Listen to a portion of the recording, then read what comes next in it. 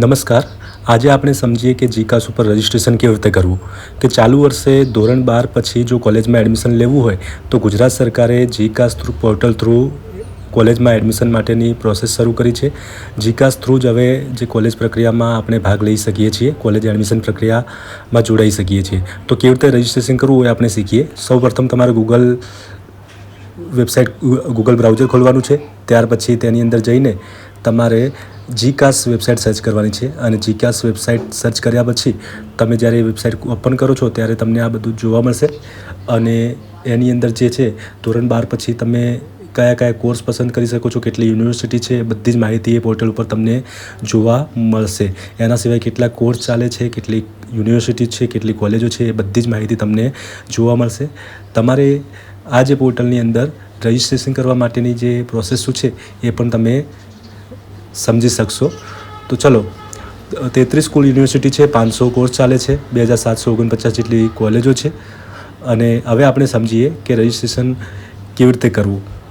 તો તમે જ્યારે જીકાસ પોર્ટલ શરૂ કરો છો અને એની અંદર શરૂઆતની અંદર જ તમને 2 ઓપ્શન જોવા મળશે અલગ અલગ. એ ઓપ્શનની અંદર એક ઓપ્શન હશે સ્ટુડન્ટ લોગિનનું, જેમને ઓલરેડી બનાવેલું છે, અને બીજા જે નવા લોગિન યુઝર છે જેમને એડમિશન નવેસરથી પ્રોસેસ કરવાની છે એમને ક્લિક કરવાનું રહેશે એડમિશન ફોર ન્યૂ સ્ટુડન્ટ્સ ઉપર. તો સૌથી પહેલાં તમારે એડમિશન ફોર ન્યૂ સ્ટુડન્ટ્સ ઉપર તમારે ક્લિક કરવાનું છે. તેના ઉપર ક્લિક કરશો તો આ મુજબનું રજિસ્ટ્રેશન માટેનું જે પોર્ટલ છે એ ખુલશે, એ ડિસ્પ્લે થશે. એની અંદર તમારે કોર્સનો પ્રોગ્રામ પ્રકાર સિલેક્ટ કરવાનો છે.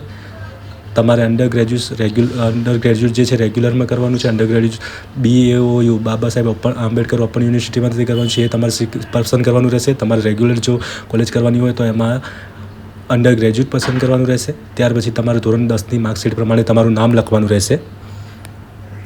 તમારું જે નામ હોય એ આ મુજબ લખી દેવાનું, જે તમારી ધોરણ 10ની માર્કશીટમાં આપેલું હોય એ મુજબ. હું અહીંયા જો તમને એક બતાવી રહ્યો છું, મારું પોતાનું નામ લખીને તમે આ મુજબ પ્રોસેસ કરી શકો છો. નામ લખાઈ જાય પછી તમારે કેટેગરી પસંદ કરવાની છે. જે ફૂંદડીવાળા જે ઓપ્શન છે એ તમારે કમ્પલસરી પૂરવા પડશે. એમાં કેટેગરીમાં તમારી જે કેટેગરી લાગુ પડતી હોય એ કેટેગરી પસંદ કરવાની છે. ત્યાર પછી તમારી જન્મ તારીખ લખવાની છે. ડિસેબિલિટીમાં જો તમારે અપંગતા હોય તો પછી એ પસંદ કરવાનું છે, ના હોય તો નોન લખવાનું છે. અને જન્મ તારીખમાં જે તમારી જન્મ તારીખ હોય એ તમારે લખી દેવાની છે.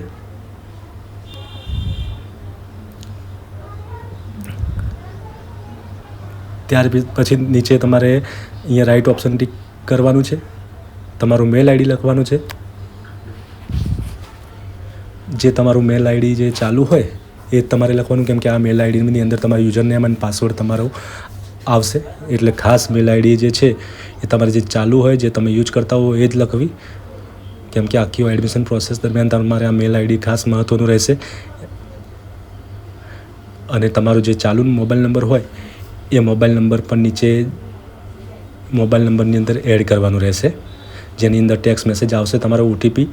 એ OTP ત્યાર પછી કેપ્ચા નાખ્યા પછી તમારો OTP એન્ટર કરવાનું રહેશે. જે કેપ્ચા લખેલા છે એ કેપ્ચા તમારે લખી દેવાના રહેશે. 13+3 અહીંયા લખ્યું છે તો મારે 16 લખી દેવાનું. ગેટ OTP ઉપર ક્લિક કરશો એટલે એક ઈમેલ ઉપર સેન્ડ થશે OTP, અને એક OTP જે છે એ તમારા મોબાઈલ નંબર ટેક્સ્ટ મેસેજમાં આવશે. તો આ બંને OTP જે છે અહીં જે છે એન્ટર કરવાના રહેશે.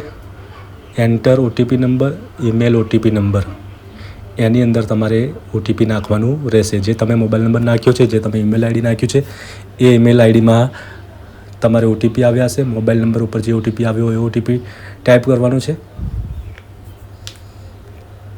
ત્યાર પછી તમારું મેલ આઈડી ખોલવાનું છે. જે તમે મેલ આઈડી લખ્યું હતું એ જ મેલ આઈડીની અંદર OTP આવવાનું છે. તો એકવાર તમારું મેલ આઈડી ચેક કરો અને એની અંદર જે OTP હોય એ OTP દાખલ કરો આ મુજબ. મારે કેપ્ચા નાખવાનું બાકી હતું. કેપ્ચા જે છે એ તમે ખાસ નાખો, એડ કરો. અને ત્યાર પછી સબમિટ ઉપર ક્લિક કરવાનું છે અને આ રીતે સક્સેસફુલ થઈ જશે તમારું રજિસ્ટ્રેશન. આ તમારું રજિસ્ટ્રેશન થઈ જાય ત્યાર પછી બીજી જે પ્રોસેસ છે ને એ તમારા માટે યુઝર નેમ અને પાસવર્ડથી લોગિન માટેની આવશે. તમારું આ રજિસ્ટ્રેશન થઈ ચૂક્યું છે. હવે રજિસ્ટ્રેશન કર્યા પછી સ્ટુડન્ટ લોગિન તમારે કરવું પડશે. એના માટે તમારે શું કરવાનું છે કે તમારું જે મેલ આઈડી જે છે એ મેલ આઈડીની અંદર એક યુઝર નેમ આવ્યું હશે અને એક પાસવર્ડ પણ આવ્યું હશે રજિસ્ટ્રેશન પછી. અને એ યુઝર નેમ જે છે એ યુઝર નેમ ટાઈપ કરવાનું છે યુઝર આઈડીની અંદર. દરેકને એક અલગ અલગ યુઝર આઈડી મળે છે અને એક પાસવર્ડ ઈમેલમાં પ્રાપ્ત થાય છે. એ મુજબ જ દરેકે ટાઈપ કરવું.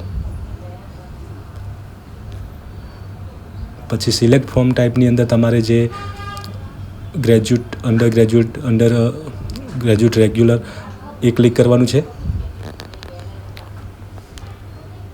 આખી સંપૂર્ણ પ્રોસેસ જે છે હવે આ પોર્ટલ ઉપર તમારી થશે. એડમિશન અરજી ફોર્મથી લઈને છેક પેમેન્ટ અને એના સિવાય એડમિશન માટે કોલેજ પસંદગી, કોર્સ પસંદગી, આ બધું જ આ પોર્ટલ ઉપર થશે. હવે તમે અહીંયા સાઇન ઇન કરશો, તમારે સેવ આપી દેવાનું, જેથી વારે ઘડી તમારે લોગિન કરવું પડે નહીં. એટલે યુઝર નેમ વારે ઘડી નહીં નાખો તો ચાલશે, એટલે સેવ આપી દેવું એ વધુ યોગ્ય છે. હવે અહીંયા પેમેન્ટનું ઓપ્શન આવે છે. હું પેમેન્ટનું ઓપ્શન એકવાર માત્ર તમને ખોલીને બતાવી દઉં છું કે રીતે પેમેન્ટ કરવાનું છે. પેમેન્ટ કરતો નથી, પરંતુ તમને ખ્યાલ આવે કે હા આ રીતનું પોર્ટલની અંદર ડિસ્પ્લે થશે. તમે હવે અહીંયા જોશો તો પેમેન્ટ ઉપર ક્લિક કરશો એટલે પેમેન્ટની બધી જે પ્રોસેસ છે એ આગળની પ્રોસેસ આવી જ જશે. એની અંદર તમારે નેટ બેન્કિંગથી પેમેન્ટ કરવું છે કે પછી તમારે યુપીઆઈથી પેમેન્ટ કરવું છે એ પણ પૂછવામાં આવશે. 150 રૂપિયાનું જે પેમેન્ટ છે ઈડબ્લ્યુએસ, એસસીબીસી, એસસી, એસટી માટે છે, જ્યારે જનરલ માટે 300 રૂપિયા રજિસ્ટ્રેશન એડમિશન માટેની ફીસ છે. આ રીતનું જે છે ડિસ્પ્લે થશે. હવે શું કરવાનું છે કે તમે જે છે આ બધી પ્રોસેસ પૂરી થઈ જાય પેમેન્ટની, ત્યાર પછી તમને અલગ અલગ ડિસ્પ્લે થશે પેમેન્ટનું, પ્રોફાઇલનું. જેમ જેમ તમે પ્રોસેસ પૂરી કરશો એમ અહીંયા રાઇટ પેન્ડિંગની જગ્યાએ ઓકે બતાવશે. પ્રોફાઇલ, આ બધી જ વસ્તુ જે છે તમારે આ બધા તબક્કામાંથી પસાર થવાનું રહેશે. કયા કયા તબક્કા છે એકવાર આપણે નજર કરી નાખીએ તો તમે જોશો તો પેમેન્ટનું છે, પ્રોફાઇલનું છે, એકેડેમિક છે, પ્રેફરન્સ છે, અટેચમેન્ટ છે, સબમિટ છે, ઓફર છે અને કન્ફર્મેશન, છેલ્લે કન્ફર્મેશન સુધી તમારે બધી પ્રોસેસ કરવાની રહેશે. તો મિત્રો આજે આપણે શીખ્યા કે કેવી રીતે જીકાસની અંદર રજિસ્ટ્રેશન કરવું.